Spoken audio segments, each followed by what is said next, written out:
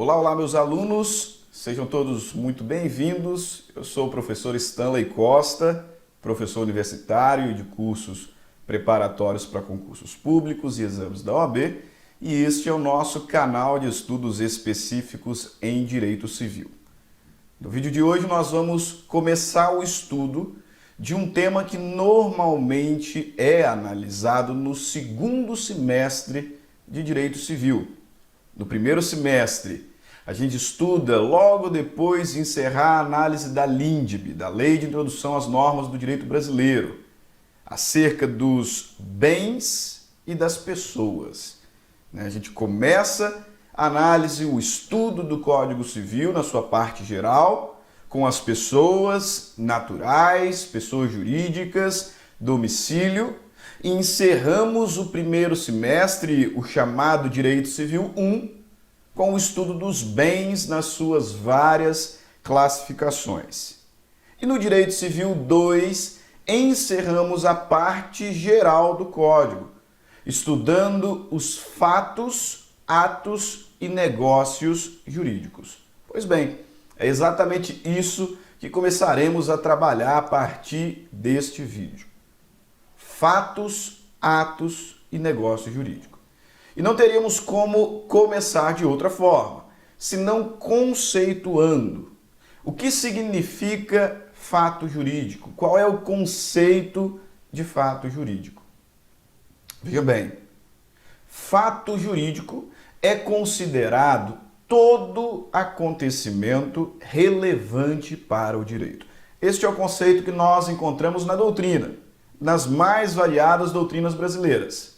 Considera-se fato jurídico todo acontecimento relevante para o direito. Mas eu costumo dizer que este conceito não explica muita coisa. Afinal, fato é acontecimento e jurídico nos remete para direito. De modo que afirmar que o fato jurídico é o acontecimento relevante para o direito não nos explica muita coisa. Nós precisamos, em verdade, entender o que faz de um acontecimento relevante para o direito. E nesse contexto, aí na sua tela, nós consideraremos relevante para o direito o acontecimento capaz de criar, modificar ou extinguir direitos e relações jurídicas.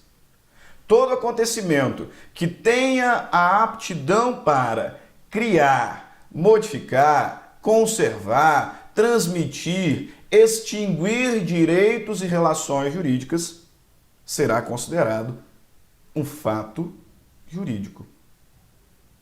No sentido oposto, se o acontecimento não tiver essa aptidão, portanto, se o acontecimento for irrelevante para o direito, nós chamaremos de fato material, ou simplesmente fato ajurídico.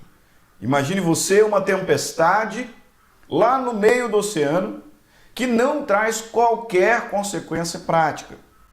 Não cria, não modifica, não extingue qualquer direito. Pois bem, esse fato não tem relevância para o direito. E por isso é chamado de fato ajurídico. Ou, como alguns doutrinadores dizem, fato material. Agora, um ponto importante do nosso estudo é a classificação dos fatos jurídicos. Muito comum em provas, tanto da faculdade, como exames da OAB e concursos públicos Brasil afora, questões que envolvam a classificação dos fatos jurídicos. Existe um famoso gráfico, que até varia um pouquinho de doutrinador para doutrinador, mas um gráfico extremamente importante para os nossos estudos. E nós vamos começar a montá-lo aí na sua tela. Fato jurídico. Todo acontecimento relevante para o direito, porque capaz de criar, modificar ou extinguir direitos. O fato jurídico ele se divide inicialmente em fato natural e fato humano. E o que os distingue é exatamente a presença do elemento vontade. O fato natural é aquele que não decorre diretamente da vontade humana. Enquanto que o fato humano, contrário senso, é aquele que decorre diretamente da vontade humana, seja enquanto pessoa natural ou enquanto pessoa jurídica, né? A pessoa jurídica atuando ali através de vontades humanas. Enfim, com relação ao fato natural, que é aquele que não decorre diretamente da vontade humana, também chamado de fato jurídico em sentido estrito, e nesse ponto, muito cuidado. A cabeça do nosso gráfico, a origem do nosso gráfico, é chamada de fato jurídico em sentido amplo. E o fato natural, agora analisado, ele também é chamado de fato jurídico em sentido estrito. Então, muito cuidado, dificilmente cairá numa prova questões que falem a respeito do fato natural, simplesmente. Porque fato natural, qualquer pessoa consegue aí desenvolver uma linha de raciocínio. É bem provável que caia fato jurídico em sentido estrito. E assim acontecendo, lembre-se, o fato jurídico em sentido estrito é o fato natural, que se divide em duas subespécies. Nós temos o fato jurídico em sentido estrito ordinário e o fato jurídico em sentido estrito extraordinário. Sendo que o fato ordinário é aquele corriqueiro, comum no cotidiano social.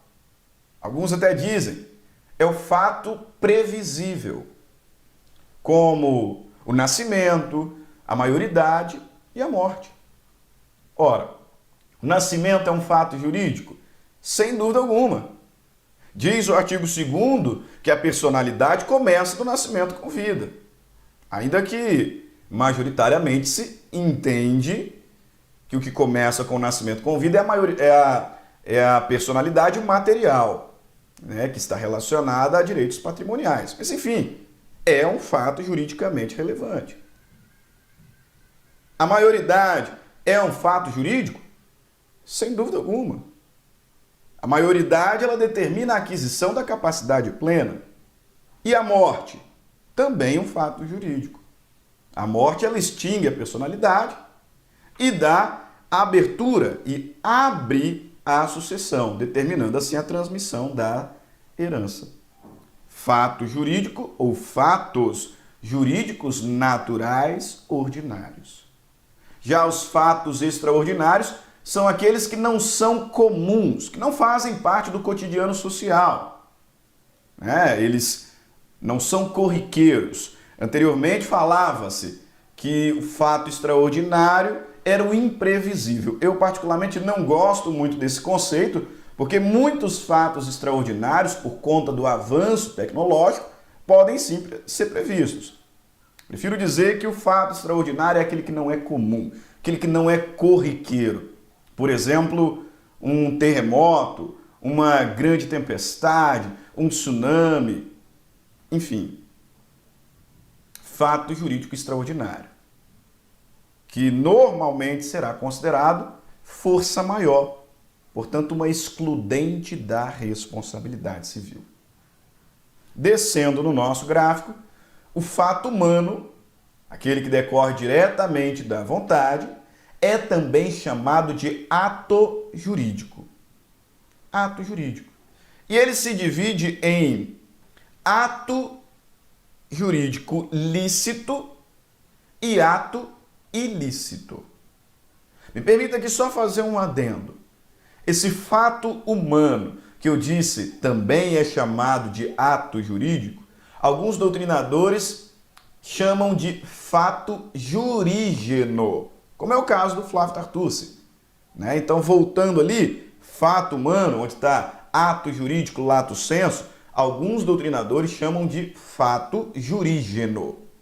E ele se divide em ato jurídico lícito e ato ilícito.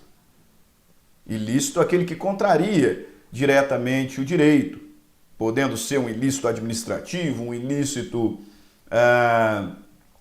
ambiental, um ilícito criminal e um ilícito civil. O ato ilícito civil é fonte de responsabilidade, portanto, ele enseja indenização. Nós vamos falar mais sobre o ato ilícito quando estudarmos o artigo 186, que diz lá, aquele que por ação ou omissão voluntária, negligência, imprudência, violar direito e causar dano a outrem, comete ato ilícito. E o artigo 927 diz que quem comete ato ilícito está obrigado a reparar. Então ele é fonte de responsabilidade civil. O ato jurídico lícito, ele se divide em dois últimos, aqui no nosso gráfico. Ato jurídico meramente lícito, mais uma vez cuidado, mais uma vez muito cuidado, porque lá no início do nosso gráfico, nós temos o fato jurídico lato sensu, depois temos o fato jurídico em sentido estrito, que é o fato natural. Em seguida temos o ato jurídico em sentido amplo e agora nós temos o ato jurídico em sentido estrito. O ato jurídico em sentido estrito é também chamado de ato meramente lícito.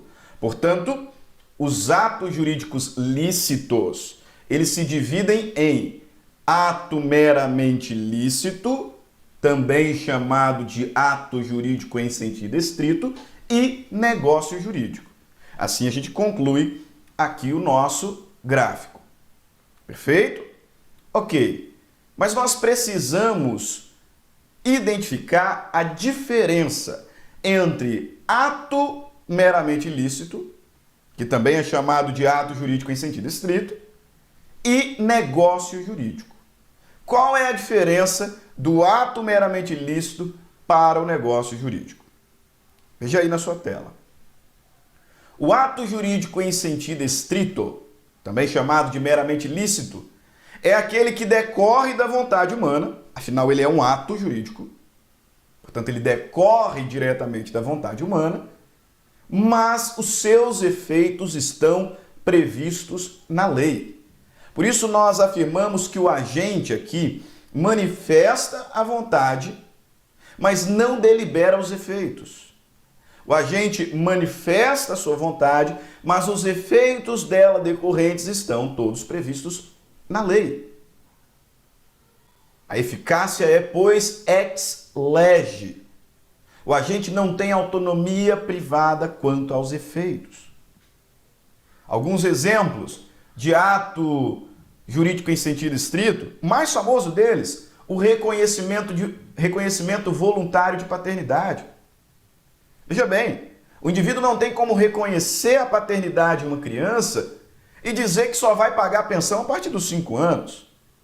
Os efeitos do reconhecimento voluntário de paternidade estão previstos na lei. A mesma coisa acontece com relação ao protesto de título cambial, também com relação à confissão. Alguns ainda vão citar o pagamento, a quitação, como atos meramente lícitos. Aqueles que decorrem da vontade, mas os efeitos estão previstos na lei. Contrário sensu, o negócio jurídico é aquele que decorre da vontade humana manifestada com autonomia. De modo que o indivíduo não apenas manifesta sua vontade, mas também delibera os efeitos dela decorrentes. O indivíduo manifesta a vontade com autonomia. Afirmamos, pois, que os efeitos são ex voluntate. De modo que os grandes exemplos de negócio jurídico são o contrato, o testamento e, para a corrente majoritária, o casamento. Alguns doutrinadores defendem que o casamento seria um ato meramente ilícito, mas a corrente é minoritária. Majoritariamente, entende-se que o casamento é um negócio jurídico, porque manifesta-se a vontade e delibera-se os efeitos. Para concluir aqui o nosso vídeo, existe uma última figura, e por isso eu vou colocar novamente na tela aqui o nosso gráfico.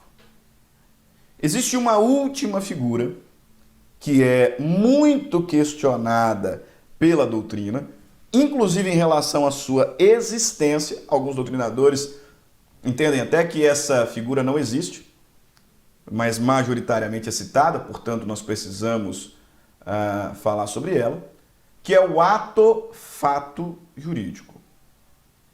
Alguns colocam o ato-fato entre o ato meramente lícito e o negócio jurídico. Ok, tem problema. Eu prefiro identificá-lo entre o fato humano e o ato jurídico, como está aí na sua tela. Ato-fato jurídico. Do que se trata o ato-fato jurídico? O ato-fato, ele decorre, veja, da atuação humana, por isso ele é um ato, mas a lei despreza totalmente a intenção do agente. Portanto, ele decorre da atuação humana, mas não interessa a intenção do agente, se ele queria ou não praticar. É absolutamente irrelevante para o direito. Ele decorre da atuação humana, mas a intenção é absolutamente irrelevante. Alguns exemplos de atos-fatos nós podemos citar. Talvez o principal deles, mais citado aí na doutrina fora, aquela compra e venda celebrada por um absolutamente incapaz, no barzinho da esquina, na lanchonete da escola.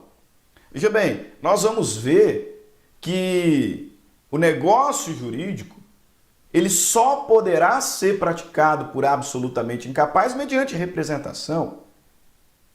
E aí nós questionamos como fica aquela criança que compra uma merenda na escola, sem a representação da sua mãe, do seu pai. Esse negócio jurídico ele é nulo? Não, porque na verdade não é um negócio jurídico. É um ato-fato. Ele tem atuação humana, mas a intenção não nos interessa. E, consequentemente, a gente não vai questionar a validade. Nós não vamos questionar se o agente era capaz ou não. Porque senão, imagina a quantidade de ações declaratórias de nulidade propostas aí em face de escolas, em face de lanchonetes, de padaria, porque venderam para uma criança. Percebe?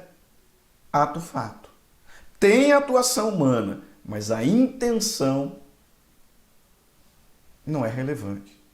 Não nos interessa se o indivíduo queria ou não praticar.